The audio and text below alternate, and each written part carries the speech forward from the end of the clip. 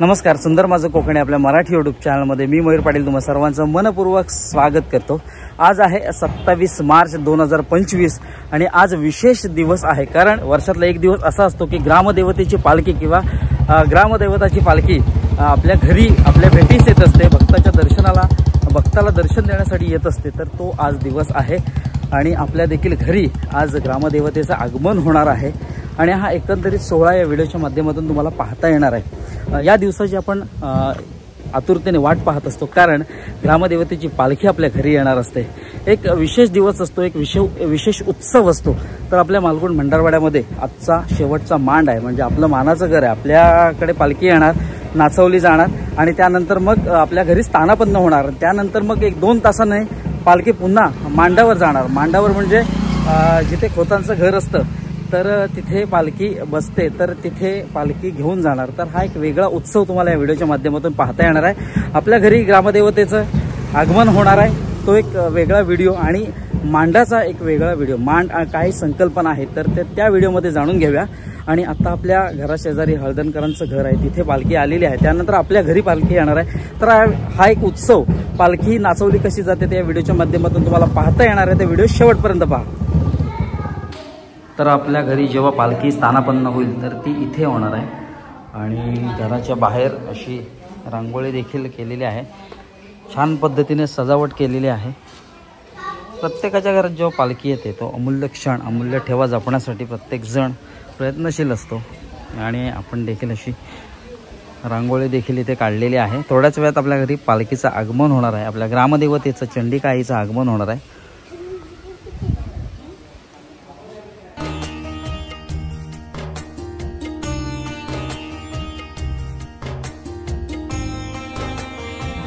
तर आता आपल्या घरी पालखीचं आगमन होत आहे आणि हे मंडळी गाडीवरनं देखील इथे आलेले आहेत।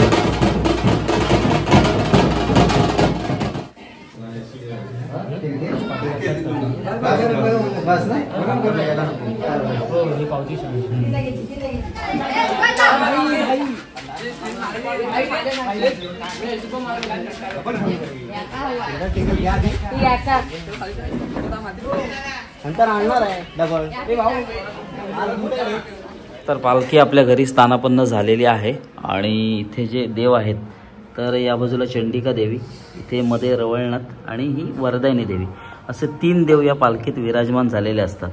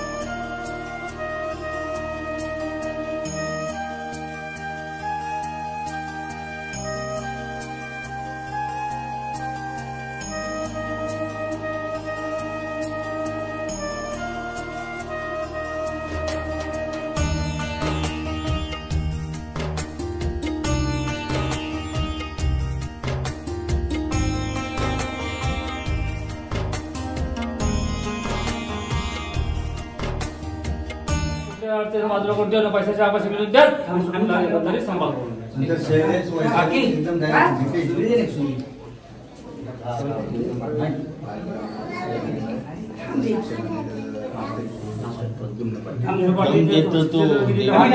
परदेशात गेलेला आहे, चांगलं शिक्षण झालं पाहिजे, कुठल्या अडचणीत कामा नाही पदलाव व्यवस्थित चांगली झाली पाहिजे, मान्य करून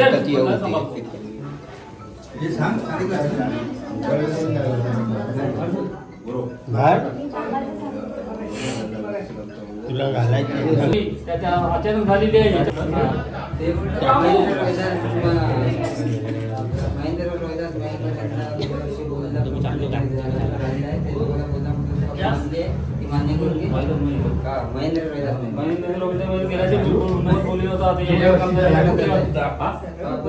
पूर्ण काम झालेलं आहे, व्यवस्थित झालेलं आहे, पैसा लोक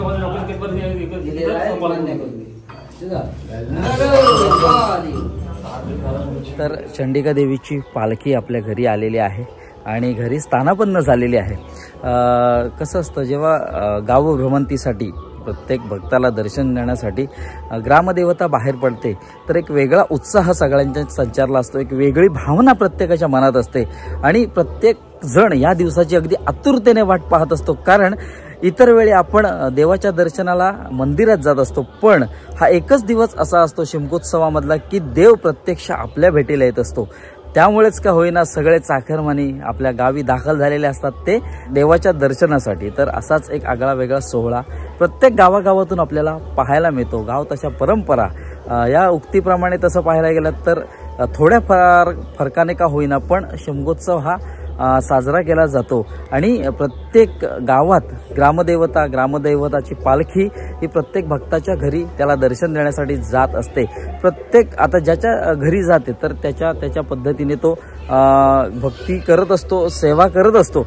आणि कसं असतं आपल्या प्रत्येक घराघरात पालखी जात असते, तर पालखीत गेल्यानंतर पालखी बसल्यानंतर प्रत्येक जण आपापल्या पद्धतीने जे आपली मंडळी आलेली असतात पालखीसाठी तर त्यांना काहीतरी खाद्यपदार्थ देत असतो. समोसे असतील, वडे असतील, एक वेगवेगळे पदार्थ देत असतो किंवा थंड पेय, मग कोकम सरबत असेल, कैरी पण असेल, तर अशा पद्धतीची खाद्यपदार्थांची किंवा शीतपेयांची तो व्यवस्था करत असतो. कारण कसं आहे ह्या अशा या सणानिमित्त का होईना सगळेजण एक जण एकमेकांच्या घरी जात असतात आणि एक वेगळा उत्साह, एक वेगळा आनंदाचा वातावरण तिथे निर्माण झालेलं असतं आणि प्रत्येक जण आपल्या ग्रामदेवतेच्या दर्शनाला अगदी आतुर झालेला असतो. जसं आज आपल्या घरी पालखी विराजमान झालेली आहे, प्रत्येक आपला घरातला व्यक्ती एक आनंदित आहे आणि एक भक्तिभावाने तो आपल्या देवीची पूजा करतोय. तर असा एक आगळा वेगळा सोहळा आता आपल्याला पाहायला मिळाला.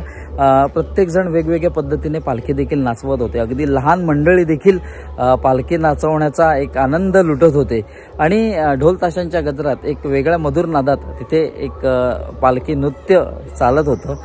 तर अशा पद्धतीने हा सोहळा असतो. यानंतर आता आपल्या घरी पालखी स्थानापन्न झालेली आहे आणि त्यानंतर मग रात्री इथून जे खोतांचं घर आहे तर तिथे त्यांच्या अंगणात ही पालखी बसवली जाते. तर आपल्या घरापासून साधारण वाजत गाजत ती खोतांच्या दारापर्यंत नेली जाणार आहे आणि फटाक्यांच्या आतिषबाजीत आणि ढोल ताशांच्या गजरात हा एक वेगळा सोहळा संपन्न होणार आहे. तर त्याचा व्हिडिओ देखील वेगळा असणार आहे, त्याला मांड म्हणतात. तर आत्ता या व्हिडिओत तात्पुरता निरोप घेण्याची वेळ झालेली आहे. भेटूया की नवीन व्हिडिओत एक नवीन काहीतरी घेऊन, तोपर्यंत काळजी घ्या.